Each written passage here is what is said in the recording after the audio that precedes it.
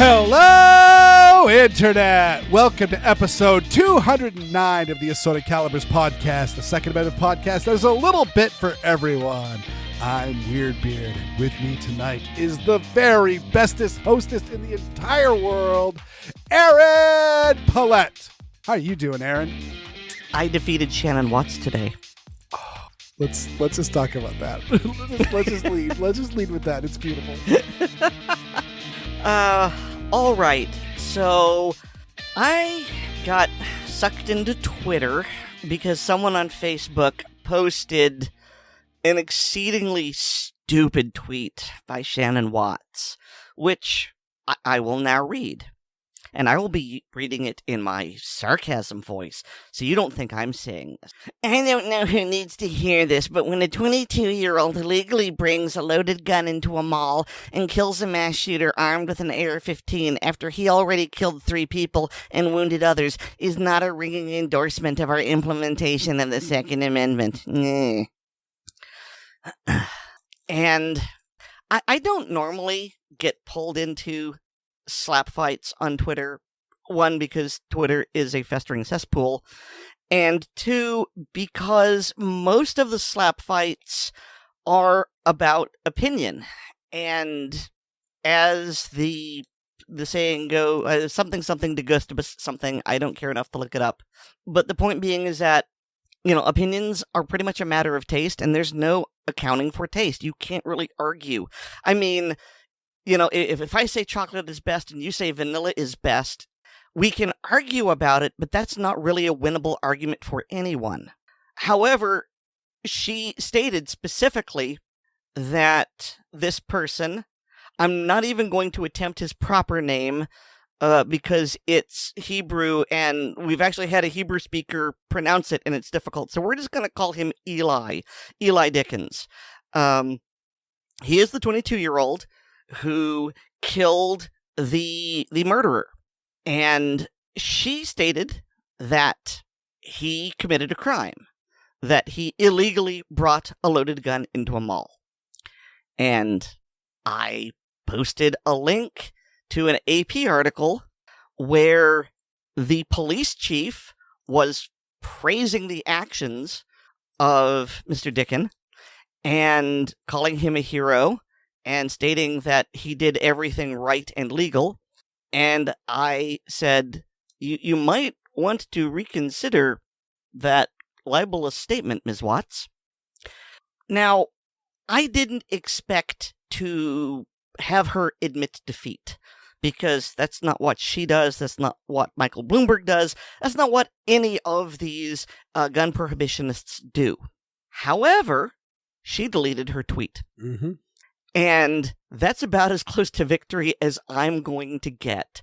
Probably because someone who works for Moms Demand Action and therefore works for Michael Bloomberg, probably a lawyer, looked at this and went, yeah, this is a damaging statement. You need to retract it. And since you can't edit a tweet, your only 2 options are to verbally retract it and admit wrongdoing, which these people will never do, or you can memory hole it, you can delete it, and that's what she did. And so I am counting this as a victory because I got her to remove that statement defaming this young man for his heroic deeds. So, yeah, that's how I beat Shannon Watts today, and I'm really having a good day, because after that, I got into what I call a mood of high dudgeon, and I cranked out a series of tweets, and there's only about 6 of them, really, but I was very proud of them, and you can read them on Twitter. I'm not going to read them out to you, because you can read them yourself. And I've got them on Thread Reader if you would prefer to do that route. And it's they've gotten a lot of retweets, a lot of likes, and even Larry Correia himself has retweeted them. So, winning! And Aaron, may I also say, just for added signal boost, the Howie Carr Show, which is a local show out of Boston, but it's nationally syndicated, was talking about Shannon Watts' stupid tweet on the air while I was cooking dinner. So yes. Well, good. So yes, this was stupid that was heard around the world, and you helped. You personally killed it. I mean, I'm willing to. I'm not so egotistical as to think it was me and only me. Okay, Howie and other people were talking about it. Clearly, a lot of people realized this was a stupid thing she said. And just like with Nysurper versus Bruin, I'm happy to take a little crumb of credit. But still, it's just, oh my god, I did something and now it's gone. Woo, I win. So I'm really enjoying that. So that's how I'm doing. That's pretty awesome. Now, thank you. You, on the other hand, you had the Rona last week, and apparently you had no voice, which I'm sure was shocking and unusual for you. It was miserable. Everyone was teasing me at how funny it was that I was just being so very, very, very quiet. I had COVID. It was, if for those that want to know, I would put it on the scale of, it was considerably worse than just a cold, though. For my daughter, it was considerably lighter than just a cold. She's had several colds that were vastly worse than COVID-19. But for my wife, it was a really nasty cold. For me, it was closer to in between a cold and the flu. With the one exception of, it was entirely from the neck up. I had nothing in my lungs. You hear about the COVID pneumonia from the early days of the virus. That appears to be like gone, at least from this strain. And it was just a raging sore throat. I lost my voice. I had a splitting headache, and I just was like a horrible runny nose. And it cleared up after about 5 days. So it was not nothing, but also not a big deal. But it happened to fall right in the time when we were recording the show. So I took a week off from podcast recording, and I appreciate everybody's patience. But since my voice is still weak, I did hit the hello internet for the first time. For those who are listening to the blooper reels, you will notice that I just like the last week's little just letting you know, and that one my voice cracked on both of them, but this time I got it, so I'm doing a little bit better. Though we'll see how my voice sounds at the end of this show. But yeah, we got a bunch of stuff to talk about. A lot of stuff happened in the last 2 weeks. Mm-hmm. So I would like to start with a little bit of a local note that I will stretch out slightly into national news. But this is super duper moving to me, is that Massachusetts has officially stated that the restrictions on permits are no longer valid and are not actionable by police. So what kind of restrictions are those, Weer'd? So the most common one is what's called, it'll say target and hunting only. There's a line on your Massachusetts LTC, which does stand for license to carry. But ironically enough, if there is something in the restriction fields, it means it is not a license to carry. And a lot of the restricted states, they won't deny you because that is actually that could be legally actionable. But they will put a restriction on your permit so that you can buy guns, but you can't carry them, by saying target and hunting only, which means that if you are, driving up the street and you've got a gun just to protect you, nope, that's against the rules. Or out with your family, nope, you're not target shooting, you're not hunting, you can't carry the gun. And so making it very ironic because it's a license to carry, but you can't do that. I had a restricted license for the first 5 years that I lived here in Massachusetts, and now it is official. Let me see Based on the Bruin decision, any restriction appearing on any license holder's license to carry, limiting the license holder to carrying a firearm only for such activities as hunting, target shooting, employment, or the like, are no longer enforceable. As a result, your LTC has any such restrictions. Those restrictions are no longer enforceable. If you'd like a new license issued to you to reflect this change before your renewal, you may contact your licensing authority. This is amazing because literally I bought my house here because this was a town that I knew did not mess around with gun owners. And I literally said to my wife, we cannot look for houses in other towns because these towns will screw with you. And so this is just great news. And there's a friend that I shoot with, and he lives in a town that gave him a restricted permit. I'm like, congratulations, you got a license to carry now. And yeah. And so I bet Mara Healy just loves this. Well, so that's the from the same Massachusetts thing. Let's see. Otherwise, when you reapply for an LTC in the future, will be provided a new LTC without any such restrictions, and that licensing authority does not deem you to be a prohibited person or unsuitable under the law. That second part makes me a little bit nervous that they may start using that to restrict or deny people's permits. But again, to deny a permit under Massachusetts law, they can't just not issue you one. They do have to give you a letterhead on department letterhead that states the reason for the denial. One of the common ones is exercising bad judgment, which was often done for people who open carried.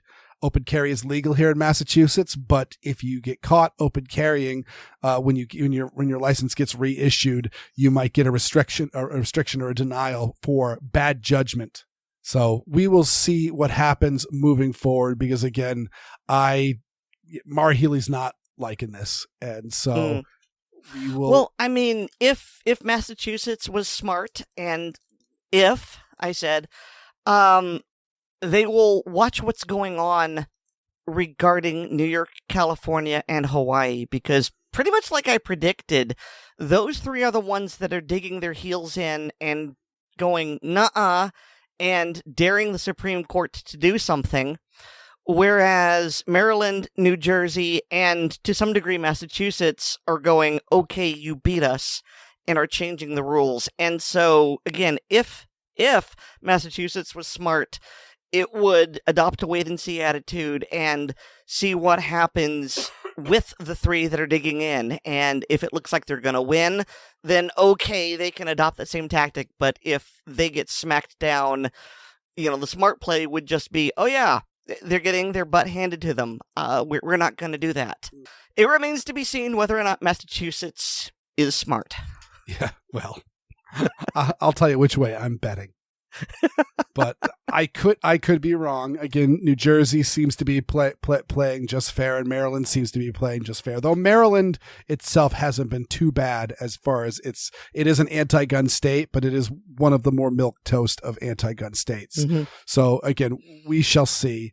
Another big plus is that Mara Healy, our Attorney General, is currently running for governor, and she is the front runner for the Democrat side. And though we tend to get Republican governors. I will note that Mitt Romney, everyone knows Mitt Romney used to be our Republican governor. And so you can decide what that means as far as his politics go. And our current governor is a Republican, but he has been very anti-gun and very in favor of COVID lockdowns. So you do the math. So there's a possibility that the Republican candidate, there's two right now that are running for in the primary against each other. There's a chance that they could do well. Looks like Mara Healy's running head and shoulders above the several other Democrat challengers, and she may not want to get embroiled in a very, very controversial things such as denying the Supreme Court in what they've said very, very clearly, as the meme that's been popping up, the picture of Clarence Thomas with a very, very disgruntled look on his face saying, "Did I stutter?" So we shall see. Yeah, I imagine it would do bad things to her election campaign if she took a hardline stance and was subsequently slapped down. It would be some very, very easy points that the Republican challenger could get her on in a debate as well, of just pointing out the fact that she is denying the Supreme Court. And if they were really, really nasty and smart, doing it on the fact that, number one, she is a lesbian, and that was by 2 separate Supreme Court rulings that stated that she could marry her wife, and her wife is a judge. So the idea that she's doing all of this and has that in her background is quite hypocritical. So it would be some very, very easy points to score. So I don't think she wants to give him that ammunition. Mm-hmm. And that's all I got to say about that. Yep. So we've also got some shootings in the news, a whole bunch of them. And so one of them you just hinted at. We'll save that one for last, because that's the least grim of them. This first one happened, I believe, right when we were recording the last episode, where we sat down and we decided just not to touch it because it was still really, really, really fresh. But there was a shooting in Oslo at a pride event at a gay bar. And honestly speaking, I was digging a little bit more into this, and I keep seeing this pop up, but not enough for me to confirm whether this is true. But what keeps popping up is that the killer used a German MP40 submachine gun, and it was in fact full auto. I would think that there would be more news reports covering this, so it could be one erroneous thing. I found one extremely blurry photo online and several stories reporting that it was an MP40, but they could be one person just decided to make something up, and a whole bunch of other people decided that they were the paper of record. But it also wouldn't be surprising, because in places where guns are heavily restricted, well, after a while they start approaching availability with illegal guns start approaching the availability of illegal machine guns quite rapidly. And we've certainly seen that, say, in the UK and other that, where the gangbangers, they're not just running around with pistols like our gangbangers. No, they're running around with like submachine guns and suppressors and grenades. I mean, if they're both illegal, you might as well go big. Yeah, they say after the first felony, the rest are free. Yeah. The thing that stuck on me for very obvious reasons is that the assailant, who we won't name, has been known to Norway's intelligence service since 2015 with concerns about his radicalization. Yeah. This isn't like Pulse at all. Sarcasm. Mm-hmm. Well, it appears that not only do other countries experience spree killing, that often is said that is a uniquely American thing, but also it seems that that other countries experience intelligence groups that don't really do a whole lot. I haven't found a whole lot of information on this, but similarly, I want to say around the weekend, early July, like around Independence Day, there was a mass shooting at a mall in Denmark, in Copenhagen.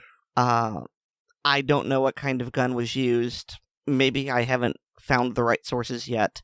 But what they do say is that, in this case, the shooter was not doing it from a political aspect, no terror motive, but instead had mental health issues.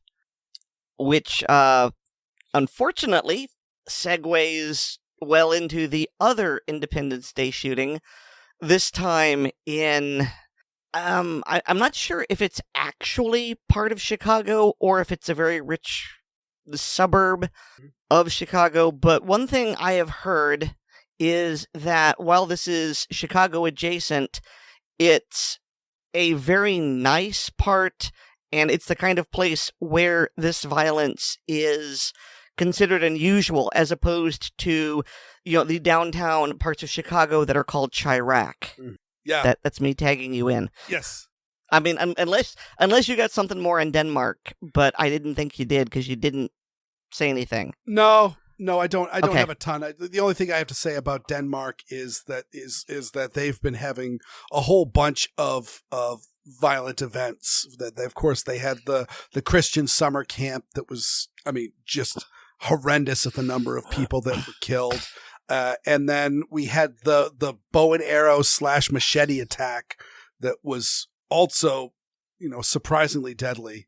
And now this one. And so the only reason why I bring it up again, it's another country. It's their politics. I really don't have a lot to say on that, except for, clearly I believe in the right to keep and bear arms. And so if they want to restrict it, I'm going to disagree with you on that, but they get to do them. But anytime you hear somebody say that this is a uniquely American thing, it's not. It is something that happens all over the world. And maybe it's not necessarily with guns in the case of the bow and arrow and machete person. Yeah, I mean, this is anecdotal, mainly because I don't have them in front of me. But it's my understanding that China has a significant problem with knife crime. Correct. Yeah. Specifically, a lot of school slashings. It's been a while since I've looked into it, but there have been a ton of instances where people have charged schools with knives. And again, knives, guns, it really doesn't matter. You can cut on a whole bunch of people. In those cases, the injury numbers are very, very high. The death tolls, I haven't seen one that has been as high as some of the events, such as the Norway shooting. So yeah, that's that. But yeah, back to Illinois. Yeah, we've got this Highland Park shooting. Really, the big thing I want to say is obviously the killer is dealing with some sort of mental health issues where, I mean, anyone would to think that this is a good idea. One thing that's really being talked about is they too were on the radar of the police, where they had made a threat. The police had shown up and confiscated like a bunch of knives and swords and taken this person in for mental health evaluations and then released them, which 2020 hindsight is clearly you screwed up because this guy went on to kill a whole bunch of people. But I must say the nature of the threat from what I've read, it unfortunately doesn't sound that much different to probably what these mental health people deal with on a quite regular basis. And certainly there's been lots of studies, I've linked to them in the past, where mental health advocates have sat down and looked at case studies, and they've given them blind case studies where they're just reading the stories of various spree killers intermixed with people who have made threats and have mental health issues but did not go on to commit any violence, and they've had no way of determining which ones are the ones that were going to turn violent and which ones weren't. So there's a lot of talk on this killer's father sponsored him for his Illinois FID. And there's some talk that he's retained a lawyer because he is concerned about criminal charges or I would say that's very smart. Yeah. And I'm not passing any sort of judgment or saying he's guilty. It's just, regardless of his guilt or innocence, yeah, that's a smart thing to do to get a lawyer at this point. Yeah. I'm not going to pass any judgment on guilt or innocence on this either. I will just say, from the information that I've seen, I haven't seen anything extremely serious that makes me think, what on earth were you doing? What on earth were the police doing letting this guy go? This does seem like it was an issue that is really more common than you'd want to say. A lot of troubled teens will say some pretty horrible things and maybe not mean it and maybe just be cries for help. And I can't even say whether or not this threat was a cry for help or not. Psychology is a very soft science, and that's not me casting aspersions. It's the fact that humans are just so different. Mm-hmm. It's as far as I'm concerned, it's about up there with predicting the weather. There's just so many variables that it's really hard to tell. And so I would file this under regrettable but understandable margin of human error. That's where I stand. We missed another international event, which was the unfortunate assassination of Shinzo Abe. Right. Japan. Yeah, that one. Okay, how do I phrase this? I am not pleased that Mr. Abe was assassinated. I don't celebrate the murder of people. This is, however, going to be useful fodder for the next time we get into a discussion about why can't we have gun control like Country X? Because Japan has some of the most stringent gun control in the world. How stringent, you ask? So the Olympians that are on the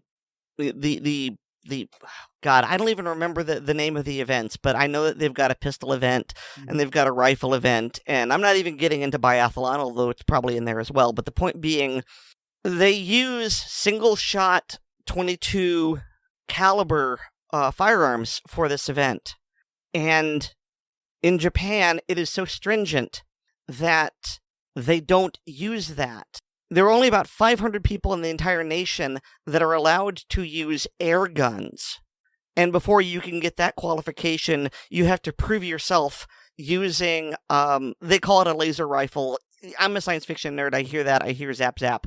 But the point being is that it's in the form of the Olympic weapon, but it just emits laser light. And adding to the ridiculousness, there's the fact that the coach for the team, while he's attempting to coach his Olympians, students, whatever the term is, he can't touch their gun. Japan has insane gun control laws, and they weren't able to stop this because the assassin made a double-barreled shotgun basically out of things he got from Home Depot. Mm-hmm. And so if you can't stop a firearm-based assassination in Japan, you can't stop it anywhere. The firearms genie has been out of the bottle for many, many, many centuries. You can't get it back in.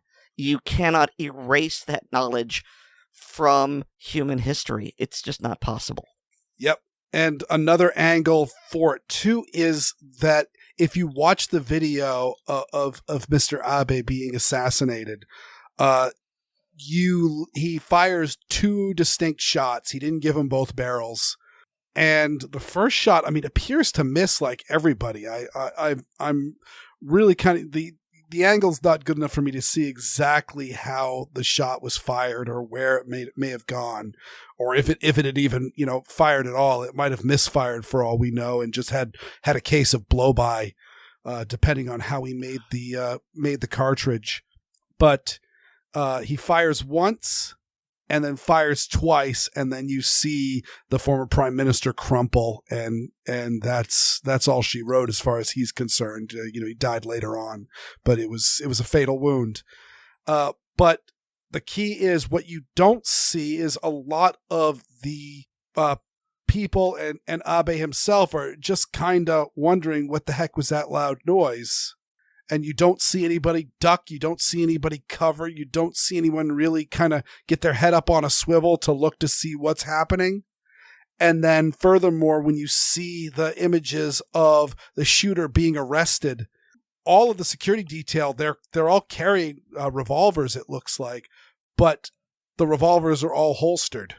And so not only did the gun control laws not prevent this guy from doing the horrible event that he did, but also I would argue that the lack of a gun culture really put people in a lot of risk. Luckily for them, he only had the two shots and he was only going for Prime Minister Abe. But boy, that's the chance that if he had something a little bit more effective or something that was a little bit more of a repeating weapon, and he wasn't just trying for a political assassination, it was just going for a body count, it wouldn't have been difficult. So that's the other side of that coin. All right, so I think now it's time to talk about the aborted mass shooting in the Greenwood Park Mall in Indiana. Mm-hmm. Yes. So in this case, it was in Greenwood, Indiana. A 20-year-old man went into the mall. Supposedly he hid out in the bathroom. We don't know what type of gun he had. We just know that he had a rifle. And he entered into, was the food court? I think I remember hearing it was the food court. I'm looking for confirmation here. That's what I have heard as well, but I don't have it right in front of me. Yeah. And started shooting. Ended up hitting, looks like he only hit, hit. Sounds like there were 3 people killed and 2 others injured. I have in front of me the reload, which says 4. No, I'm sorry. We're both correct, and here's why. 4 people dead, including the suspected attacker. Mm-hmm. Yep. But, he doesn't count, so screw him. So, yes, 3 people dead, 2 others wounded, and 1 goblin dispatched. Correct. And it was dispatched by one Eli Dicken. He was 22, and I find one of the more interesting aspects of this was that Mr. Dicken did not have an Indiana carry permit. He in fact was carrying under the newly minted, as of the beginning of this month, constitutional carry. And so just the level of political aspects behind this is that, number one, we have a spree shooter that was stopped early on, because I guarantee he was not done by the time he killed these 3 innocent people and had injured 2 others. I'm sure there was more on his mind before there was a hollow point on his mind. And yeah, I mean, you don't go to a food court with a rifle expecting to kill 5 people. Yeah, you are there because it's a target-rich environment. Yeah, and unfortunately, what we most often find in these cases is these pricks are going for a high score. They are really looking to best the next one to make themselves famous. And I will say, you're not going to get famous, but you know what? You know who I'm going to talk about? I'm going to talk about Eli Dicken, who I am very, very glad was there, had his gun, utilized it, and got the killer. And furthermore, there was no other collateral damage, which I have to imagine it's in a food court and there's gunshots. There very well may be a lot of people moving around. So, I hope this got caught on camera, because I would love to see exactly how this went down, because there's a lot that could be learned on this. And specifically, I want to see John Correa of the Active Self-Protection do one of his famous breakdowns of that. So we'll see if we get to have that in the future. But this guy is being praised by everyone, including the chief of police, as a hero. So. And well deserved. So it looks like it won't be an instance like Kyle Rittenhouse, where somebody did the right thing and it's something that anyone would be expected to do, and instead is getting charged with just ridiculous crimes. And well, as Aaron said, the Shannon Watts, as well as a lot of the other anti-gunners, are losing their mind. I think because, for reasons I can't really explain, because most of the time such stories get completely ignored. We've talked about in the past about the catch-22 of spree killing, which is that if somebody commits an act of spree killing, such as Uvalde, and this has been said on multiple occasions, hey, if those 100 officers that were just piled up in the hallway doing nothing couldn't stop this killer from killing all these kids, what makes you think you with your carry permit are going to do anything? And then in the event that there is someone with a carry permit on the scene, well, let's first go the tough route, such as the Sutherland Springs, Texas, where Stephen Williford overheard the shooting going on. It was next door, a couple doors down was the church, and he heard what clearly was gunshots and ran out barefooted, thumbing rounds into an empty magazine of his AR-15, and then took up cover behind a house or behind a car and caught the killer as he was going into his vehicle, which had more weapons and ammo in it. So it certainly could be argued that he was going to another site to commit more murders. And Stephen Willeford shot the man fatally, and he died. Yes, but Willeford didn't shoot him before the man committed the mass murder. Therefore, an armed civilian can't stop a mass shooting. Yeah, Aaron's sarcasm voice to denote the anti-gunner is correct, is saying that what good did he do? Clearly, he was all done because he was leaving the church, and therefore, even though he had guns and ammo in the car, so it could very theoretically be, we don't know, because he's dead. But either way, Stephen Willeford shot him, but did not prevent a spree killing. Then we have the White Settlement Church shooting, where did two people die? Two people died in that one. But then Jack Wilson, another hero to be named. I'm gonna name them all. Jack Wilson with his SIG and 357 SIG, also cool caliber. Ended up headshotting the guy across the sanctuary and put him on the ground and prevented him from doing any further damage. But only 2 people died, and according to the FBI, it's not a mass shooting unless 4 people die. So this wasn't a mass shooting that was stopped. Yes, exactly. That is the catch-22. And it appears, that actually the White Settlement Church shooting did get a bunch of national press as well. And so I think the anti-gunners are getting upset because usually in the past, when there's events like this where someone was going through, John Lott has detailed a whole ton of them. And honestly speaking, I can't even think of them off the top of my head because, again, they got no press coverage. But there were several instances where people were clearly gearing up to doing something very, very stupid. And they got stopped in several cases before they even hurt anybody. And again, the people who killed them did not face any charges.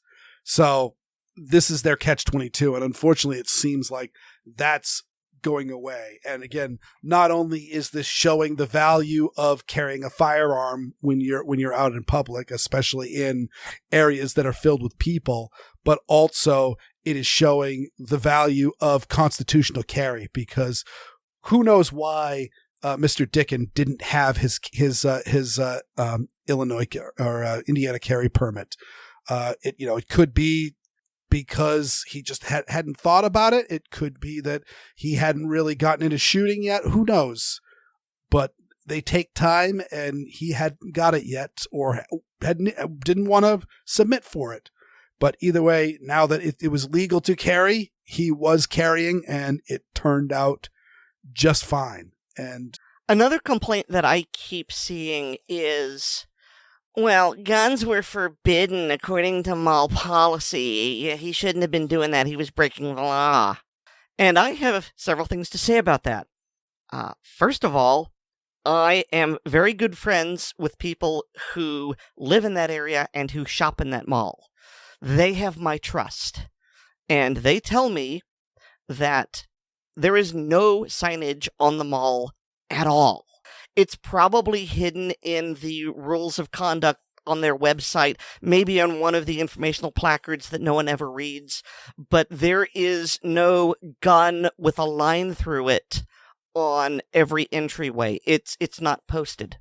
Secondly, even if it were posted, it doesn't matter, because signage in Indiana does not have legal weight. The most the mall could do is, if they knew he was carrying, they could ask him to leave, and if he didn't, they could then call the police to have him trespassed. But there is nothing inherently illegal about him carrying that firearm in that mall. And in theory, they could contact him however they need to, and inform him that because they were aware that he was violating their policy, they would politely ask him not to come back. And if he did come back, he again would be trespassing.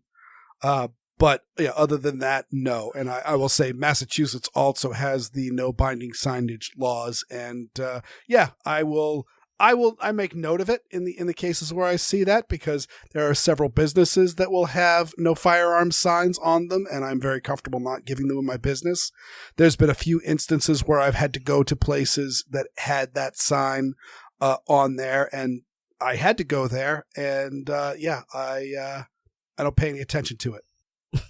But yeah, the final statement is, again, Eli Dicken, 22 of Indiana. You are a hero.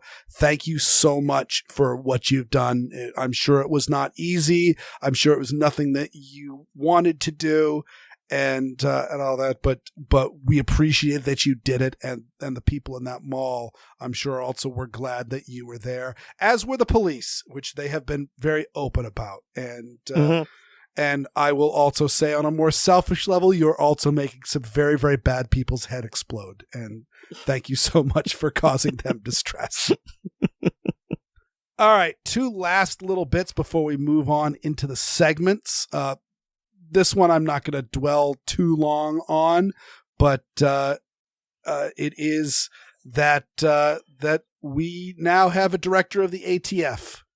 Yeah, that one really flew under the radar, didn't it? I mean, we heard a little bit about him, and I made the Beetlejuice joke, and then nothing. I mean, compared to the almost media circus that was David Chipman, Dettelbach just flew under the radar. And when it was announced that he was appointed as the permanent ATF director, it was like, oh yeah, I'd forgotten about that. Yeah, and he didn't have the full-on hearing, at least that I'm not aware of. I did not see any audio or video of him being questioned about his views on the Second Amendment, gun rights, and how he would direct the ATF. And that was a little disconcerting. I don't know if they did, and it just didn't get any press coverage, or if they just felt that it was fine just getting him out of committee and sending it up for a vote. I will say that again. You heard my Fisk on him, and he's not a great character. He's not a pro-gun person. He's not a friend of ours. Biden has been exceptionally hostile towards the Second Amendment and wanting to weaponize the ATF. And of course, we've had several issues going through, and there's some more that are maybe coming soon, such as rulings on pistol braces. We've got the rulings on quote unquote ghost guns, on unfinished firearms, and how now things that can't be assembled as a firearm may be considered a firearm because of how they're packaged.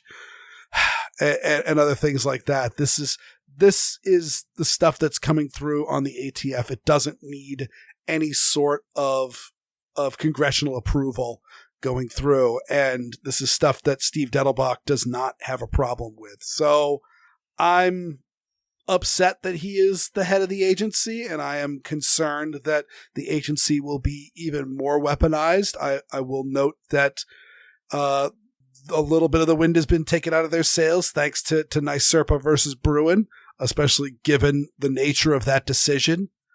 So we shall see how well it holds up to constitutional scrutiny. But also at the same time, hey, at least it's not David Chipman.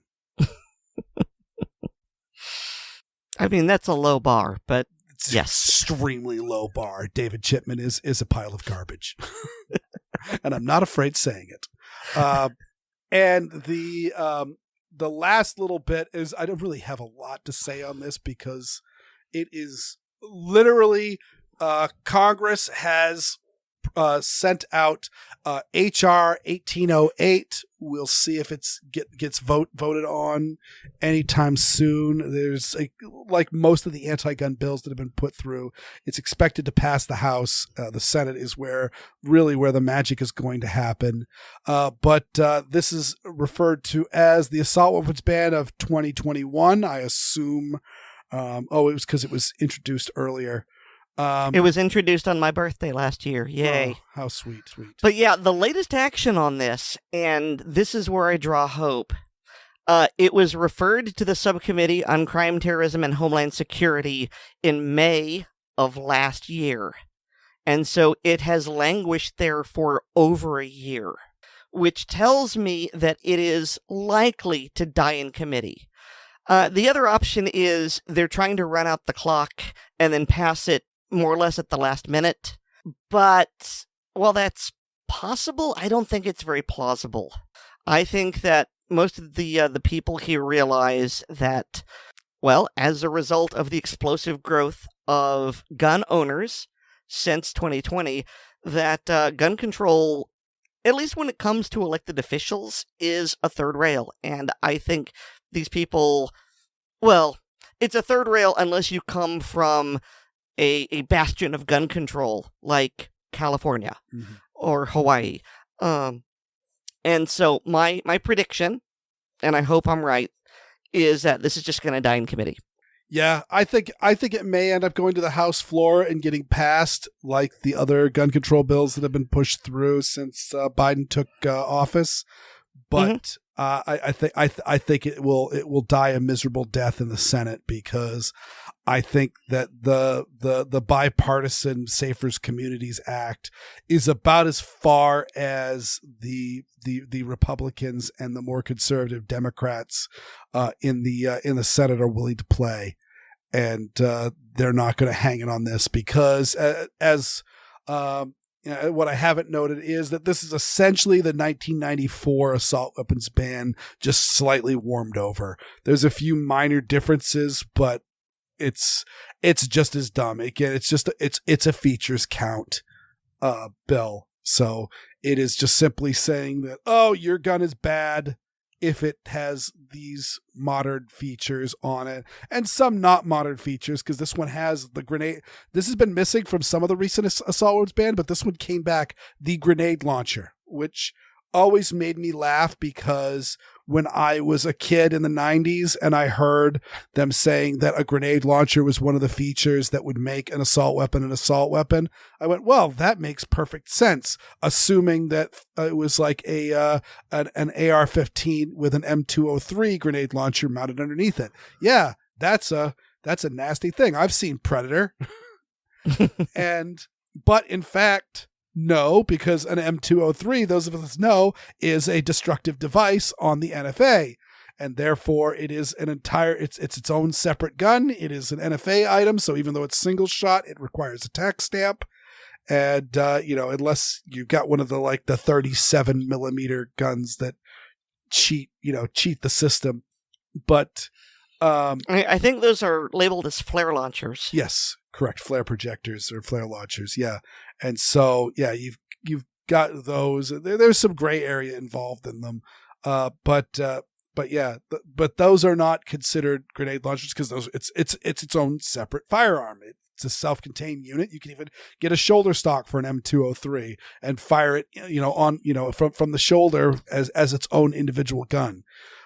But no, in fact, it's talking about if anyone's got a Yugoslavian SKS and it's got the big spigot muzzle device off the end of it, that's a rifle grenade launcher. And that is what they mean, is if the gun has a spigot for accepting a rifle grenade, that's the grenade launcher. And we've been talking about underbarreled grenade launchers now for the last couple of minutes, because that's essentially what replaced rifle grenade launchers.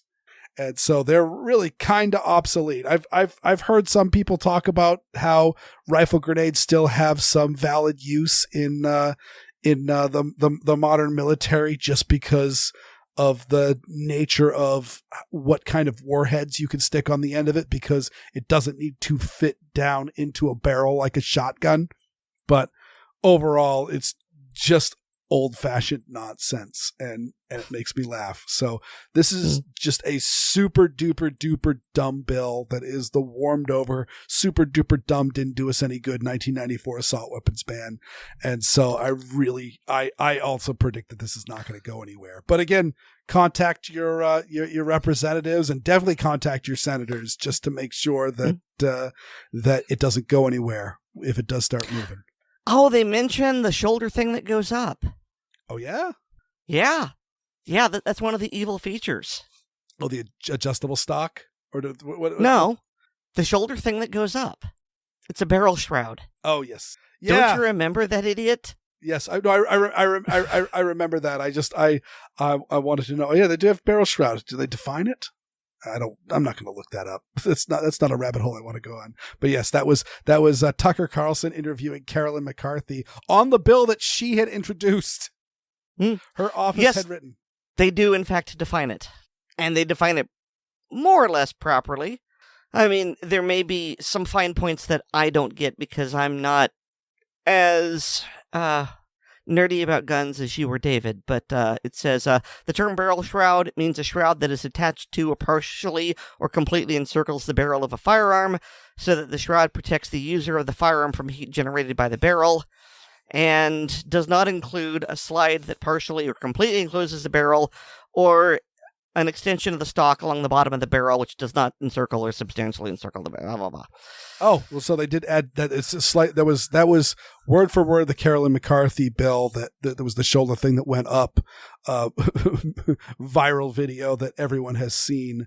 But in fact, they've added on the extra bits so that the forearm on any rifle and shotgun that exists doesn't count, because that was the whole reason why Tucker, it wasn't a gotcha question. Literally, it did not make an exception for the forearm of a rifle. So even the most basic semi-auto hunting rifle or semi-auto hunting shotgun or sporting clays shotgun would technically count as an assault weapon, because it would possess a barrel shroud, because there was a place to grip the gun. Mm-hmm. So yeah, that was so they are good on them for figuring that one out. They can learn. They can learn yes. to fix these dumb things. They can't learn to leave us the hell alone. Speaking of they can learn, and I'm going completely off script here because it's not in the notes. Have you heard about the AP guidelines for, referring to semi-automatic weapons and, assault weapons and things like that? Oh, I heard about it. I didn't actually look it up, and I'd forgotten about it when I was writing up the show notes. So please, Aaron, enlighten me. All right, so I haven't found it anywhere other than on Facebook. I mean, there are other websites like Reason and National Review that are talking about it. Actually, I should probably... But yeah, I've only found the picture either on Facebook or on Twitter. I can't seem to find, for example, a website for the AP style. But it is here. It is in an image, and it says AP style tip, July 2022. Semi-automatic rifle, assault weapon. The preferred term for a rifle that fires one bullet each time the trigger is pulled and automatically reloads for a subsequent shot is a semi-automatic rifle. An automatic rifle continuously fires rounds if the trigger is depressed and until its ammunition is exhausted. Avoid assault rifle and assault weapon, which are highly politicized terms that generally refer to AR or AK-style rifles designed for the civilian market, but convey little meaning about the actual functions of the weapon. More detail is in the Stylebook's weapons entry. Oh hey, and there's a thing at the bottom, apstylebook.com. Let's see if that works. I mean, it's good that they put in that assault weapon needs to be avoided, because it is a essentially meaningless term, because it varies from area to area. In a place like Indiana, since we've been talking a lot about Indiana, assault weapon has zero meaning. There is no such thing as an assault weapon in Indiana. In Massachusetts, we have our own assault weapon ban, and that has, technically also no meaning, because Mara Healy refuses to tell us how she determines something to be an assault weapon. But there is certainly letters of the law that are not being followed at all, but are there. We then have, like, Maryland has an assault weapons ban, which is pretty much identical to Massachusetts, except that, as far as I know, Maryland actually follows the law to the letter. And then you have places like California that just have like the ultimate clown shoes, hockey assault weapons ban, where it's just one of those things of you could have an AR-15, but it has to have a goofy dropped stock and a shark fin grip and a fixed magazine, but not a bullet button, but not a this, and we heard you could do that. We're making that illegal too, and then we're gonna. It's just a game of cat and mouse where innovators see gun control as damage and route around it, and the lawmakers see the route around it. They ban that too. And so, it's an absolute meaningless term because it has a million meanings and no meanings at the same time. So I actually followed apstylebook.com, and it does take me to their webpage, but when I type in the search function, I can't find anything about assault weapon. So I'm guessing it's in their 56th edition, and they want people to buy it. That'd be my assumption. Yeah, so it's interesting that they've got this law that they're advertising, but we're only seeing pictures of it on social media and not actually on their webpage. But still, the reaction is like you'd expect. The pro-gun people and people who care about proper nomenclature are going, good, it's about time. Whereas the gun prohibitionists are going, wow! So, I like it when their heads explode. Let's see. So I think that covers all of the main topic. We had a lot. Mm-hmm. So shall we dive into some segments? Sure. So I often note that George Washington wasn't crossing the Delaware River to get to his duck blind when people try to use sporting reasons to justify gun control. Xander takes this argument to its logical extreme.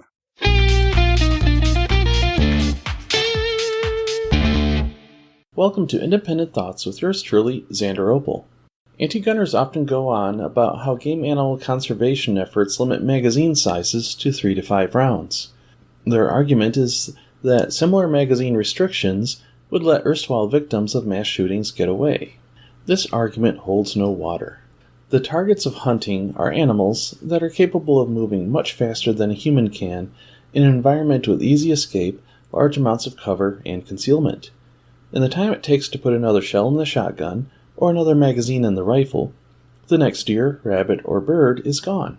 A herd is off in a stampede where it is nearly impossible to take a killing shot that puts the animal down with minimal pain or ruining much of the meat.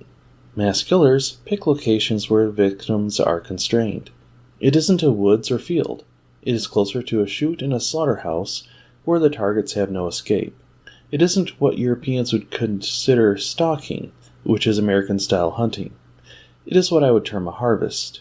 The victims are flushed or restrained in a chosen location, and as many as possible are taken as quickly as possible. This makes me feel ill putting it into words, to be honest. Killers set things up so that they can take all the time in the world.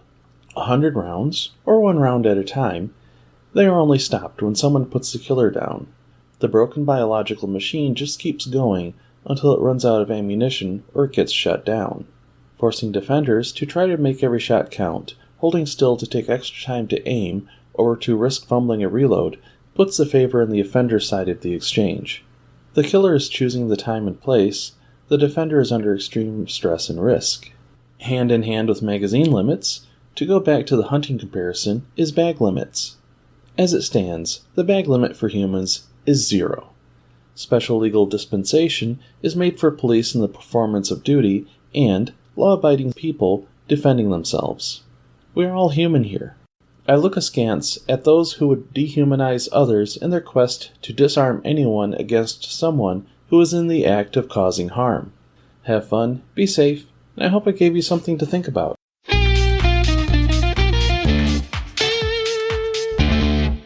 This really reminded me of a video that was first uploaded, whatever. It was on YouTube in 2013, and it's very interesting. It's 14 minutes, and it is what's titled Sheriff's Demo of How Magazine Size Makes Very Little Difference. And so the sheriff is the host, and he has two people. One of them who is very obviously a competition shooter, and the other is a woman who, I mean, she knows how to use a gun. She's not just completely clueless, but she's clearly not competitive. And they go through using various different magazines. All right, so here's a handgun, and they're doing it with 30 rounds. And so here's a gun. I'm not actually sure what type of gun it is. I think it's a Glock 19. Probably, because they're using first 15 rounds. 15 rounds. So two 15-round magazines, and then they do three 10-round. Three 10-round magazines, and then they do 5. Well, I assume they're probably 10-round magazines, but only loaded with 6 rounds. Correct. And the competitor goes through it, and the woman goes through it, and as you would expect, the competitor has better time, but not by a whole lot. I think at most it's the difference of 5 seconds, which, okay, in a competition can be an eternity, but for practical purposes, it's really not enough time. And one of the things they do later on, which I think is really what puts the cherry on top, because the argument is, if you have a smaller magazine size, then as the shooter is reloading, someone can charge the shooter. And so they've got someone who is crouched behind the shooter, so he's not in the line of fire. And the idea is that when the shooter changes the magazine, he's going to get up and run towards them. I think it's like 25 feet. And for both people, not just the competition shooter, but for the non-competition woman, the person running is not able to get to them in time before they're able to reload and then shoot the target further downrange. And it's just a very, I don't know if I'd really call it professional, but it's a very thorough nail in the coffin debunking all sorts of myths regarding the super extra deadliness of extended magazines, or how you could charge a mass shooter while they're reloading. It's absolutely fantastic. I encourage you all to watch it. I mean, sometimes it can be a bit long, but that's why you've got the fast forward button. And they nicely summarize things for you at the end. Yeah, and I agree. It's not. It's very professionally done. It is not very scientifically done, where it is literally just two people. I mean, it is very clear that the female is quite competent, but again, not competitive, and probably has orders of magnitude less rounds downrange through those guns.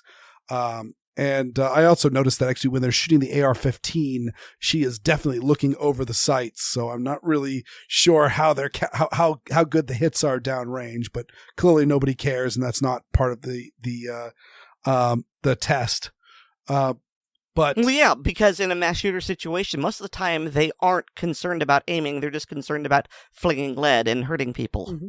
And also, they're doing things very, very quick and dirty as far as the results go, because you'll actually see between both shooters in some of the strings, the string where there is more magazine changes going on actually is taking less time than the previous run where there was only a single mag change, because they're warming up, they just had a better run.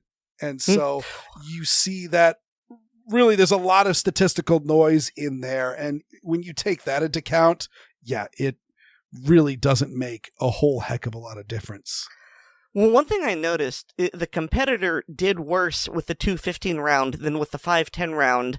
And that made me think that when he shoots competitively, he uses the 10 round. Could be. Because then he did worse with the ones only loaded with 6. And so I figured it was just, this is what he does competitively. That's why he was able to shave 2 seconds off. I also noticed that in the middle of the strings, nobody shot to slide lock. And so it was... I noticed that too, and I wondered if they were counting. I guarantee that they were. And so that also could be that the higher magazine count is the did he fire 15 or did he fire 14? You know what? Come to think of it, and all this excitement, I get confused as well. I just gotta ask, do you feel lucky? Well, do you, punk? I mean, I'm guessing it's because they didn't want to deal with, okay, it's been slide locked and now we need to, rack the slide, or whatever the term is for pressing the slidey button thing. That is a scientific term. They use that in classes, Aaron. The slidey button thing. You're mocking me, but that's okay. I'm not mocking you. I love it. I'm too amused. I'm like, we need to change it to the slidey button thing. But yeah, I think that was just done so that there would be one fewer thing for people to mess with. Mm-hmm. No, I concur. It was just an interesting angle on it. But again, the results, as dirty as they were, really did point in the conclusion that they had, which was, it really doesn't make a whole heck of a lot of difference. And I would also add that Xander talking about his conservation statement on it not being hunting, but more of a harvest, which again, super duper dark terms to put in these things. But again, when someone starts talking about the Migratory Birds Act and state that you can only have 3 shells in your shotgun, so why should we be allowed a 30-round magazine in our AR or a 17-round magazine in our pistols? They're the ones really setting the battleground on that. It made me think of punt guns.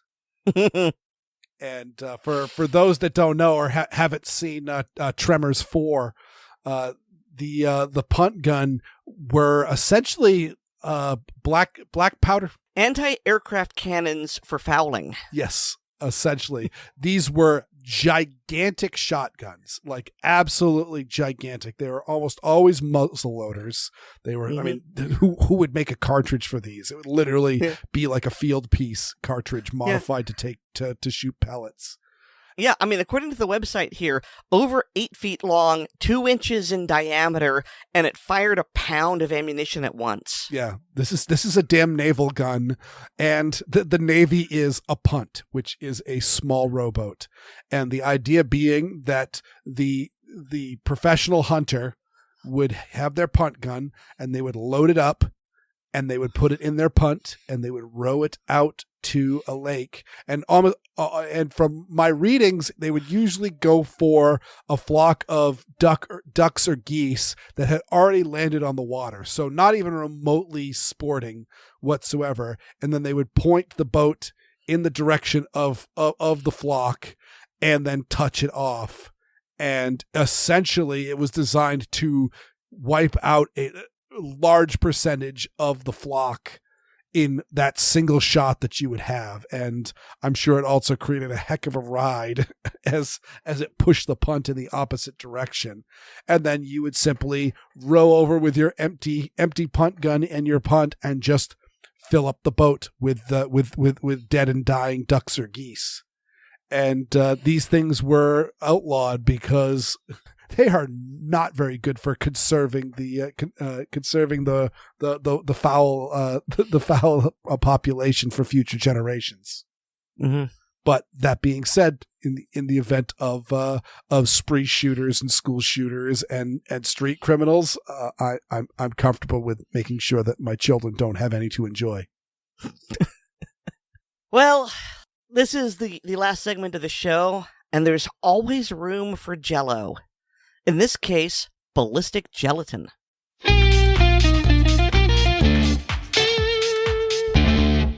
Hi, and welcome to Gun Lovers and Other Strangers. One of the important pieces of information to know about performance ammunition, whether for hunting or self-defense, is how it actually behaves in use. So in this segment, I'm going to talk about bullet testing and testing mediums, specifically making and using ballistic gelatin at home. There have been many different bullet testing systems used over the years, including live animals. For those with a morbid fascination, read up on the 1904 Thompson LaGarde tests. For any listeners with a more delicate constitution, avoid articles with pictures.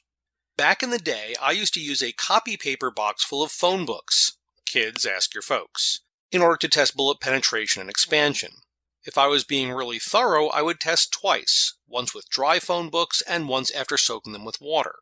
The difference between wet and dry paper can produce some interesting changes in expansion of soft point and hollow point bullets. My phone book tests were certainly not scientific, but they did give me a relatively consistent medium to compare projectile behavior, a baseline if you will. Since phone books are pretty much a thing of the past now, or if you can find them at all, they're on CD, other options need to be explored. Modeler's clay has been used for this purpose with some success. It shows primary expansion and penetration fairly well. However, like the phone books, it's really only comparable to other blocks of clay. The same can be said about water jugs, cinder blocks, and even Peeps. Ballistic gelatin is currently the industry standard for testing bullet performance. It can be purchased ready to use or mixed up as needed. It can even be melted down, recast, and reused. While ballistic gelatin can be made at home from scratch, it will generally be less consistent than the purchase type, though making it ourselves can considerably reduce the price. The standard ballistic gelatin block is called 10% gelatin because the mixture is 10% gelatin to water. There are also 20% ballistic gelatin blocks, but they're less frequently used and considerably more expensive. In order to make a 10% ballistic gelatin block at home, certain supplies and resources will be necessary. Specifically, an appropriate mold. Preferably something smooth-sided and slightly wider at the opening for ease of removal. Non-stick spray for coating the inside of the mold. Unflavored gelatin. Knox brand is recommended. Water, of course. A stirrer such as a wooden spoon, measuring cups, and enough space in a refrigerator for the mold or molds. This process will require a mixture of approximately 7 ounces of gelatin per 2 quarts of water, or approximately 13 ounces of gelatin per gallon for a roughly 10% ballistic gelatin product. The gelatin to water ratio may need to be adjusted slightly depending on consistency. While the gelatin powder and water can be combined right in the mold, I've read it works better if blended in a separate container. Use warm water and make sure the gelatin powder is fully dissolved. Once it's prepared, spray the inside of the mold with a light coating of non-stick spray and pour the gelatin mix into the container. Place the mold in a level position in the refrigerator and let sit until fully cured. This will take between 8 and 12 hours. Don't harden the mix in a freezer or the resulting block will be cloudy and possibly prone to splitting. After it's fully cured, keep the ballistic gelatin cool until ready to shoot. For deeper penetrating bullets, several blocks can be laid end to end. Make sure to take pictures and record the results. After all, as said by ballistics expert Elisjsha and recounted by Adam Savage, the only difference between screwing around and science is writing it down. Post-shooting care is fairly simple. Brush off any loose debris, extract any bullet fragments, and, if still relatively intact, use the block again. Otherwise, melt it until it flows and pour back into a mold for another trip to the refrigerator. According to several sources, trying to filter any bits and pieces out of the gelatin can be challenging unless it's heated to a more liquid state. If trying this, be careful not to overheat the gelatin or it may not fully harden again. Properly prepared and correctly maintained homemade ballistic gelatin can be reused a number of times before it's no longer useful as a test medium. I recently picked up some Kroger's brand unflavored gelatin on sale, and I'll be experimenting with making up a batch of ballistic gelatin myself. I'll share my results on a blooper reel or in a mag dump, so stay tuned. Remember, measure twice and cut, with water, once. Good luck and safe shooting. Beware of the blob, it creeps and leaps and glides and slides across the floor, right through the door and all around the wall. A splotch, a blotch, be careful of the blob. That about wraps up this segment. If you have any questions for me or suggestions for future segments or a comment on a past segment, please post them on the Assorted Calibers Podcast Facebook or MeWe pages, and Aaron or Weer'd will make sure I get them. I'm also a contributor on the Blue Collar Prepping blog, which can be found at bluecollarprepping.blogspot.com. We're always looking for people interested in submitting posts to the blog, so please check out the site. That's all for now. Thanks for listening. I'm David, and this is Gun Lovers and Other Strangers.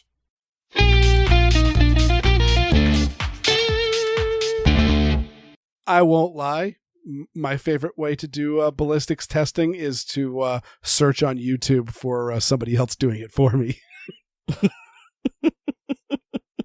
But I will say I am madly in love with doing backyard ballistics and shooting various things that will do have dynamic reactions to bullets. So yeah, shooting pumpkins and watermelons and water jugs and that sort of stuff. And yeah, ballistic gel is really, really cool, especially just the fact that you can see that wound track. And I look forward to hearing David's adventures of making his own. So thanks to each and every one of our listeners, and a very special thanks to all our supporters on Patreon. To be our Patreon patron, go to patreon.com/AssortedCalibersPodcast to sign up. Patrons get early reads for the podcast, plus bonus content like the hilarious blooper reels, the ACP film tracks, and the ACP mag dump. And I will say, to toot my own horn, despite the fact that I was on my back with COVID last week, we did not have any interruption in our Patreon content. So all the wheels kept rolling. We just missed the main show. Also, please remember to rate us on Apple Podcasts, subscribe to us on the platform of your choice, and share the show with your friends, both online and off. I've got a blog. It's called Weir'dWorld.com, and you can hear me on Handgun Radio on the Firearms Radio Network. Maybe you've heard of it. And I have a lot going on, and you can keep track of that at Linktree/Aaron Paulette. And thanks to Nate Spencer for our music. He's lying on his back tooting his own horn, and I'm not, because I have decorum and was raised properly. Our positions are assorted and sorted sometimes, and so's our podcast. Good night, everybody. Hey, tu brute. Good night, everybody.